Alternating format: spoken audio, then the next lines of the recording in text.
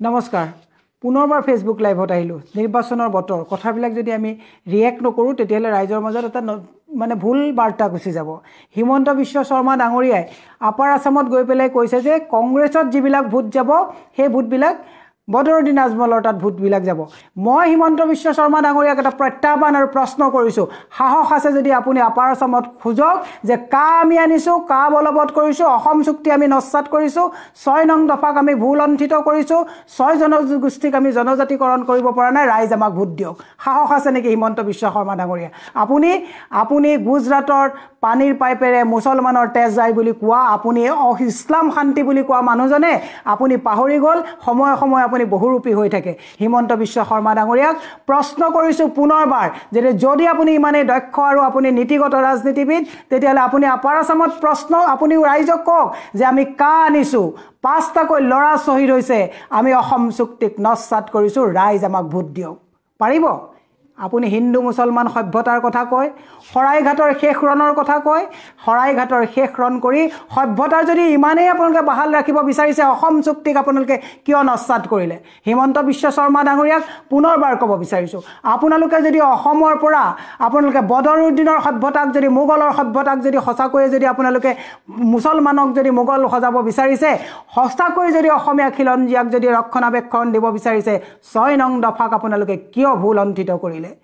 লজ্জাবোধ কৰিছো আপোনালোকে নিৰ্বাচনৰ কামত নিজৰ বৈতৰণি পাৰ কৰিবৰ কাৰণে ৰিপৰ্ট কাৰ্ড আপোনালোকৰ ওচৰত যদি আছে আপোনাক যদি খুদে যে 50,000 কোটি টকা বিত্ত বিভাগত আপুনি থকাৰ সময়ত কেনেকৈ ধাৰ ঋণৰ বুজা বৃদ্ধি হ'ল অসমৰ ৰাইজৰ মাজত তেতিয়া আপুনি ক'ব বিচাৰে যে বদৰুদ্দিন মুখ্যমন্ত্ৰী হ'ব কেৱল মাত্ৰ বদৰুদ্দিন আৰু মোগল সভ্যতাৰ নামত আপুনি নিৰ্বাচনী বৈতৰণি পাৰ হ'ব বিচাৰিছে আপোনাক আমি প্ৰত্যাহ্বান জনাইছো যদি সাহস আছে তেতিয়ালে আপুনি কওক যে আপোনালোকে আমাক ভোট দিয়ক যেনেকৈ আজি আপোনালোকৰ অমিত শাহ ডাঙৰীয়া আহি পেলাই কি ক'লে যে আৰু 5 বছৰ দিয়ক বানপানী আমি মুক্ত অসম কৰিম যোৱা 5 বছৰত আপোনালোকে বানপানীটো খবৰ ল'বলৈ নৰেন্দ্ৰ মোদী ডাঙৰীয়াৰ এটাও সময় নহল আমি দুখ পাইছো সময় এটা সময়ত আপুনি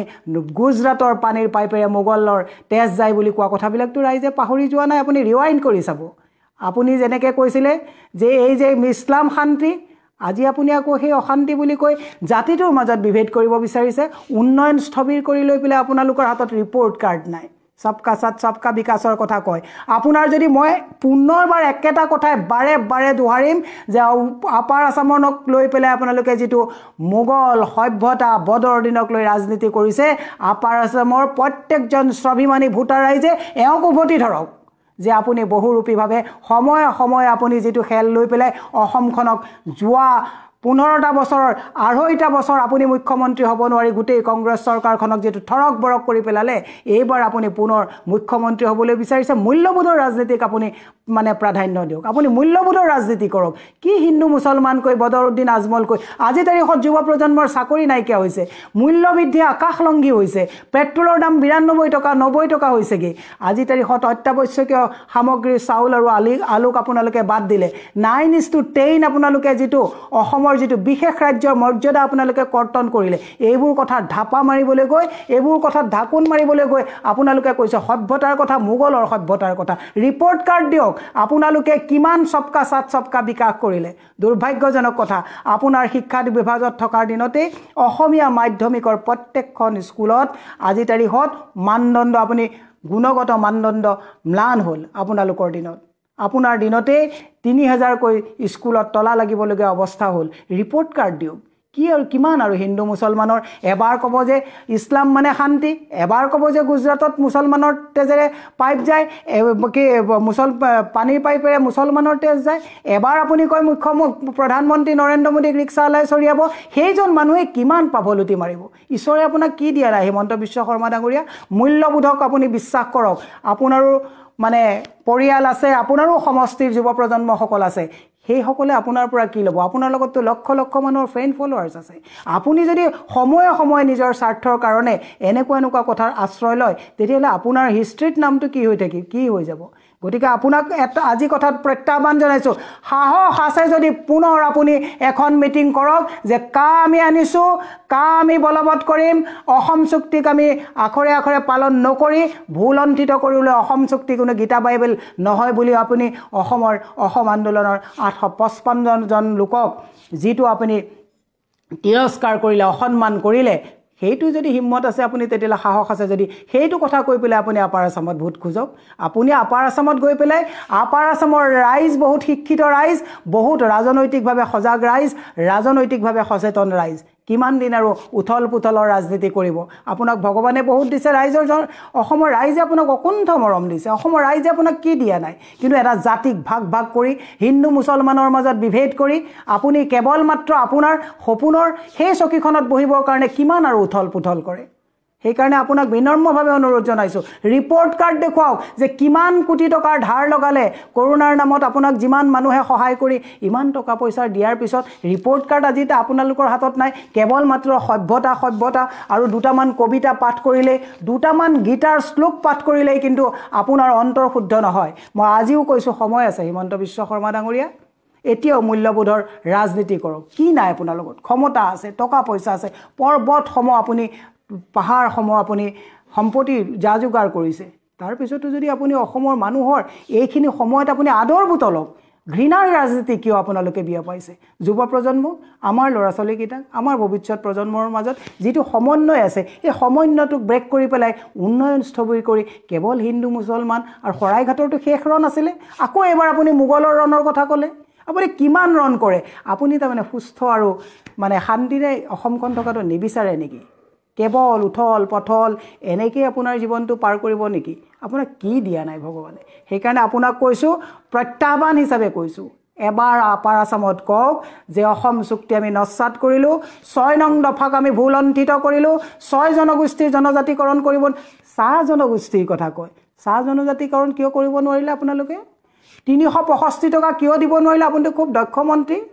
365 টকা চাহ বাগানৰ কিয় আপোনালোকে দিব নোৱাৰিলে? তাৰপিছত আপুনি দক্ষতাৰ কথা কয়। এতিয়াও সময় আছে হিমন্ত বিশ্ব শৰ্মা ডাঙৰীয়া, আপোনাক ফ'ল' কৰা যুৱ প্ৰজন্মই কি শিক্ষা ল'ব আপোনালোকৰ পৰা যে একেজন মানুহে সময়ে বছৰটো পাৰ নহওঁতেই বেলেগ বেলেগ কথা কয়? আপোনালোকৰ প্ৰধানমন্ত্ৰীজন ক'বলগীয়া কথা একো নাই। প্ৰধানমন্ত্ৰীজনে লাচিত বৰফুকনক সৌসিদিনা ইয়াতে স্বাধীনতা সংগ্ৰামী বুলি জনাই থৈ গ'ল। না হিষ্ট্ৰী নিজৰে কনফিউজ হৈছে যে লাচিত বৰফুকন স্বাধীনতা সংগ্ৰামী আছিলে নে লাচিত বৰফুকন কি আছিলে, নিজৰে কনফিউজ হৈ গ'ল। কাৰণ প্ৰধানমন্ত্ৰীজনেও যদি এনেকুৱা ওপৰত উঠা কথাবিলাক কয় তেতিয়াহ'লেতো মানুহ বিভ্ৰান্ত হ'ব। আপোনালোকৰ অমিত শ্বাহ ডাঙৰীয়াই কৈ গৈছে যে অহা 5 বছৰ সময় দিয়ক, আমি বানপানী মুক্ত কৰিম। আপোনালোকেতো যোৱাবাৰ যেতিয়া নৰেন্দ্ৰ মোদী আহিছিলে যে আমাক 60 মাহ সময় দিয়ক, 16 মে'ত বিদেশী খেদিম। আপোনালোকে বিদেশী খেদাটো দূৰৰ কথা, আপোনালোকে কা আনি পেলাই স্বদেশীক বিদেশী কৰিব বিচাৰিলে। তাৰপিছত আপোনালোকে ক'লে 6 নং দফা আখৰে আখৰে পালন কৰিম। এতিয়া সেই কথাবিলাক নোকোৱা হ'ল। আপোনালোকৰ মই কৈছোঁ যদি সৎসাহস আছে, যদি সঁচাকৈ আপোনালোকে মূল্যবোধৰ ৰাজনীতিক যদি আপোনালোকে চিন্তা কৰে, অসমীয়াক যদি সঁচাকৈ খিলঞ্জীয়াক ৰক্ষণাবেক্ষণ দিব বিচাৰিছে, আপোনালোকে যদি আমাক যদি মানে ৰক্ষা কৱচ দিব বিচাৰিছে, অসম চুক্তিখন কিয় যোৱা 5 বছৰত নস্যাৎ কৰিলে তাৰ প্ৰত্যুত্তৰ এইবাৰ আপাৰ আসামত দিব। আপুনি ৰাণা গোস্বামীক ভোট দিলে ক'ত ভোট যাব আপুনি চিন্তা কৰিব নালাগে। আপাৰ আসামত কংগ্ৰেছত ভোট দিলে ক'ত দিব আপাৰ আসামৰ মানুহে? আপোনাৰ এই চল চাতুৰিৰ কথাত এইবাৰ প্ৰত্যুত্তৰ দিব। এতিয়াও সময় আছে সুস্থ আৰু মূল্যবোধৰ ৰাজনৈতিক প্ৰাধান্য দি যুৱ প্ৰজন্মক কেৱল মাত্ৰ আপোনাৰ ইচ্ছা আৰু আপোনাৰ সপোনৰ সেই চকীখনত বহিবৰ কাৰণে এটা প্ৰজন্মক আপুনি বাৰে বাৰে আঘাত নিদিব। তৰুণ গগৈ ডাঙৰীয়াৰ দিনত যিখন চৰকাৰ আছিলে, 2.5 বছৰ চৰকাৰখন আপুনি ইফাল সিফাল কৰি MLA বিধায়ক ইফাল সিফাল কৰি 2.5 বছৰ জনসাধাৰণক আপোনালোকে কাঠগড়াত ৰাখিলে। আৰু এতিয়া কৰোনাৰ সময়ৰ পৰা আপুনি আপোনাৰ উদ্দেশ্য সিদ্ধিৰ বাবে গোটেই অসমখনত আপুনি সকলোকে ভাগ ভাগ কৰি ব্ৰিটিছৰ দৰে ডিভাইড এণ্ড ৰুল পলিচি কৰি বহুতে ক'ব বিচাৰে আপুনি দক্ষ ৰাজনীতিবিদ। ডেফিনেটলি আপুনি দক্ষ এজন ৰাজনৈতিকবিদ, কিন্তু ব্ৰিটিছৰ দৰে ডিভাইড এণ্ড ৰুল পলিচি কৰি এটা বৃহত্তৰ অসমীয়া জাতিক ভাগ ভাগ কৰি আপুনি প্ৰত্যেকৰ মাজতে এটা ভাগ ভাগ কৰাৰ ৰাজনীতি কৰিলে। আজি BTRত আজি হাগ্ৰামা মহিলাৰেও আপোনাৰ একালৰ বন্ধু সকলোৱে আপোনাক লগ এৰা দিছে আপুনিও পাৰিষদসকলক আপুনি প্ৰত্যেকটো ক্ষেত্ৰতে আপোনাক দেখিছোঁ ৰাজ্যসভাৰ সময়ৰ পৰা এই যোৱা পাৰিষদৰ বিটিআৰৰ ইলেকশ্যনৰলৈকে আপুনি যেনেকৈ বাছত ভৰাই ভৰাই এগালমান মূল্য বৃদ্ধি কৰি সকলো কৰ কাটলৰ পইচা আমাক গলত চেপ দি পেলাই আপুনি এফালৰ পৰা ৰাখি যেনেকৈ বিধায়ক কিনা পাৰিষদ কিনা এনেকুৱা ধৰণৰ যিবিলাক মূল্যবোধৰ অৱক্ষয়ৰ ৰাজনীতিত আপুনি অগ্ৰাধিকাৰ কৰিছে এতিয়াও আপোনাক বিনম্ৰভাৱে হাতজোৰ কৰি কৈছোঁ যে একালত আমি আপোনালোকৰ লগত একেলগে কাম কৰিছিলোঁ কিন্তু আপোনাৰ পৰা আমি এটা সুস্থ মূল্যবোধৰ ৰাজনীতিক বিশ্বাস কৰোঁ কাৰণ আপোনাৰ লগত হাজাৰ হাজাৰ যুৱ প্ৰজন্মই আপোনাক ফ'ল' কৰে গতিকে তেওঁলোকক এটা আপুনি লেছন দি যাওক যে এতিয়াও মানুহে মূল্যবোধৰ ৰাজনীতিলৈ ঘূৰি অহাৰ এটা বাতাবৰণ আপুনি দি যাওক ঈশ্বৰে আপোনাক বহুত দিছে কিন্তু এজন মুখ্যমন্ত্ৰী যদি সঁচা অৰ্থত হ'ব বিচাৰিছে ঘৃণাৰ ৰাজনীতিয়ে মুখ্যমন্ত্ৰীৰ চকীখন কেতিয়াও অলংকিত কৰিব নোৱাৰে আপুনি মুখ্যমন্ত্ৰীৰ যোগ্য মানুহ কিন্তু মুখ্যমন্ত্ৰী হোৱা বাটটোত আপুনি নিজেই হেঙাৰ সৃষ্টি কৰিছে আপুনি যদি সঁচাকৈ মুখ্যমন্ত্ৰী হ'ব বিচাৰিছে ঘৃণাৰ ৰাজনীতি কিয় বিয়াই পাইছে আপাৰ আসামত গৈ পেলাই আপুনি তাত বদৰুদ্দিনৰ কথা কৈ পেলাই আপুনি বৈতৰণি পাৰ কৰিব বিচাৰিছে শেষত পুনৰবাৰ আপোনাক এটা কথা বিনম্ৰভাৱে অনুৰোধ জনাইছোঁ আপুনি বৰপেটাত গৈ পেলাই বদৰুদ্দিন আজমলৰ নাম লৈ পেলাই আপুনি তাত তেতিয়া ৰাজনীতি কৰিবনে কাৰণ আপুনি সময়ে সময়ে য'ত জিত প্ৰয়োজন সেই পাত্ৰী আপুনি মানে প্ৰদান কৰে গতিকে হিমন্ত বিশ্ব শৰ্মা ডাঙৰীয়া দক্ষতাটো সঁচা অৰ্থত ভাল অৰ্থত বুদ্ধিমতাটো সৎ অৰ্থত মূল্যবোধৰ অৰ্থত আপুনি প্ৰয়োগ কৰক আপোনাক ঈশ্বৰে সুস্বাস্থ্য আৰু দীৰ্ঘায়ু কামনা কৰিছোঁ আপুনি মুখ্যমন্ত্ৰী হ'ব বিচাৰিছে আপোনাৰ সপোন বাস্তৱত পৰিণত হ'লে আমি ভাল পালোহেঁতেন কিন্তু এতিয়া ভাবিছোঁ আপুনি মুখ্যমন্ত্ৰী হ'লে অসমখন চাগে ক'ত কি কৰিব সেইটো ভগৱানেও চাগে ভাবিছে তবত মানিছে ৰাম ৰাজ্যত আপোনালোকে এনেকুৱা মানে ৰাজনীতি কৰিব ওলাইছে ৰামেও চাগে তবা মানিছে যে এনেকুৱা মানে মোৰ ভক্তৰ হাতত মোৰ ৰাম ৰাজ্যখন দিলোঁ যোনে ৰামকেই ভুলণ্ঠিত কৰিছে হিমন্ত বিশ্ব শৰ্মা ডাঙৰীয়া ৰাজনীতি কৰিছে সুস্থ ৰাজনীতি কৰক শেষৰবাৰ আপোনাক কৈছোঁ সাহস আছে যদি আপাৰ আসামত এবাৰ কওক যে অসম চুক্তি নক্সাত কৰি কা আনিছোঁ ৰাইজ আমাক ভোট দিয়ক তেতিয়া মই আপোনাক কম আপুনি দক্ষ আৰু সাহসী ৰাজনীতিবিদ এবাৰ কৈ চাওক আপাৰ আসামত যে কা আমি আনিছোঁ কা আমি মানিছোঁ ৰাইজ আমাক ভোট দিয়ক আপোনাক আপাৰ আসামৰ পৰা